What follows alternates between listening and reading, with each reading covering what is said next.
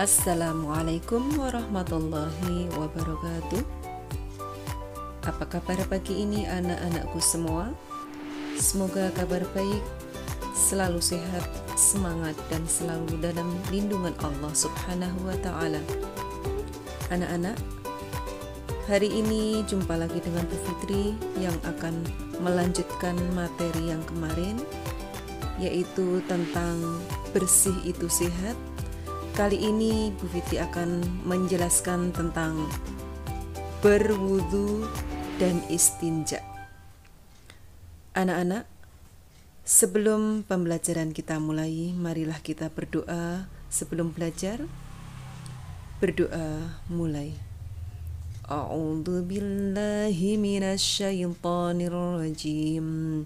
Bismillahirrahmanirrahim. Raditu billahi rabba wa bil islami dina wa bi muhammadin nabiyya wa rasula. Rabbi zidni ilma warzuqni fahma. Amin ya rabbal alamin. Alhamdulillahi rabbil alamin. Anak-anak, hari ini Bu Fitri akan meneruskan, yaitu tentang berwudu dan istinja. Yang pertama adalah berwudu. Wudu adalah bersuci untuk menghilangkan hadas kecil. Sebelum sholat kita harus wudu dulu, sehingga badan kita menjadi suci. Apa sih alat yang dipakai untuk berwudu? Yaitu air yang suci dan mensucikan, atau yang disebut dengan air mutlak. Ya, air mutlak itu diantaranya air hujan, air sumur, air sungai, air danau, air laut, air embun, dan air es atau salju. Anak-anak, adapun rukun wudu itu ada 6 ya. Rukun wudu itu adalah sesuatu yang harus dilakukan ya. Kalau rukun wudu berarti sesuatu yang harus dilakukan ketika wudu. Jadi kalau ditinggalkan salah satu rukun ini, wudunya menjadi tidak sah. Rukun wudu ada berapa? Ada 6. Yang pertama adalah niat, yang kedua membasuh muka, yang ketiga membasuh kedua tangan sampai siku-siku, yang keempat mengusap kepala, yang kelima membasuh kedua kaki sampai mata kaki, dan yang keenam adalah tertib atau berurutan. Jadi ada 6 ya rukun wudunya. Selain yang 6 itu ada yang membaca basmalah, berkumur, membasuh 3 kali, itu yang disebut dengan sunnah wudu. Sunnah itu lebih baik dikerjakan. Tetapi apabila lupa tidak dikerjakan, tidak menjadikan batalnya wudu. Wudunya tetap sah, tetapi sunnah lebih baik dikerjakan. Anak-anak, selain wudu tadi, kalau wudu tadi menggunakan air yang suci mensucikan, ada satu pengganti wudu, yaitu yang disebut dengan tayamum. Yaitu tayamum itu bersuci menggunakan debu yang suci ya, sebagai pengganti wudu. Kita diperbolehkan tayamum itu jika ada beberapa hal. Salah satunya jika tidak ada air. Setelah mencari kemana-mana tidak menemukan air, kita diperbolehkan tayamum. Yang kedua, kita boleh tayamum jika sedang sakit ya. Terus yang ketiga adalah dalam perjalanan. Jadi itu ya, kita boleh tayamum, salah satunya yaitu kita tidak menemukan air, kita sedang sakit, dan kita sedang ada dalam perjalanan atau yang disebut musafir. Oke, sekarang bersuci yang ketiga yaitu istinja. Apa itu istinja?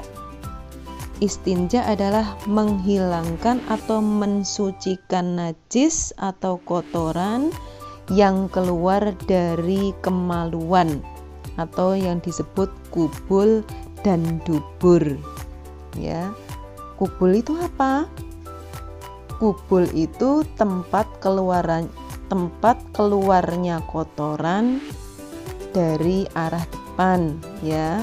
Kalau dubur itu tempat keluarnya kotoran kita dari belakang.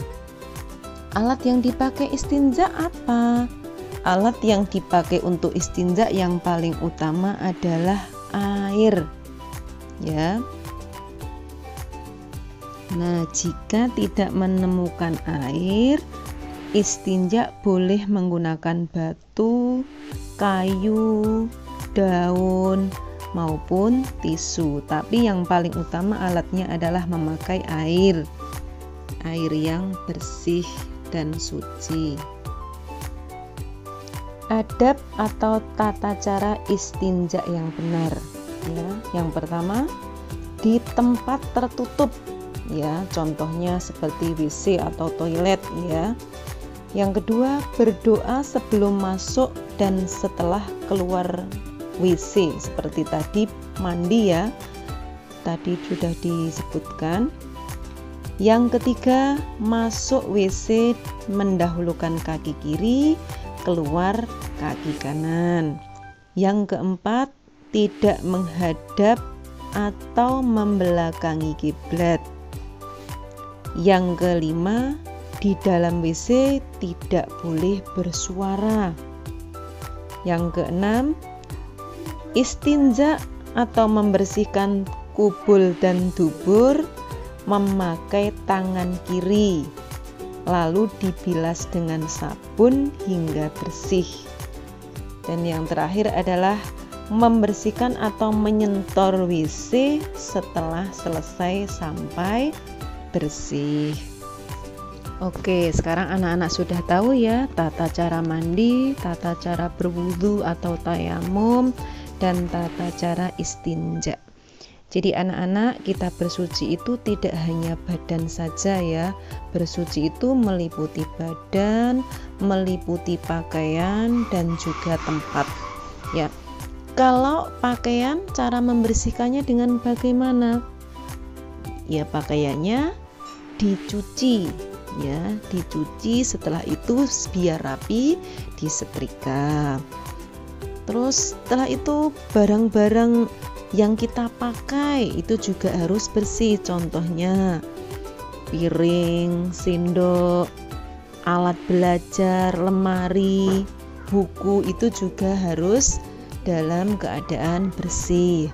Selain itu tempat yang kita tinggali, ya, yang kita tempati itu juga harus bersih. Contohnya rumah harus disapu, harus dipel, kamar tidur harus dibersihkan, dan terutama adalah tempat untuk ibadah atau sholat itu juga harus bersih dan suci.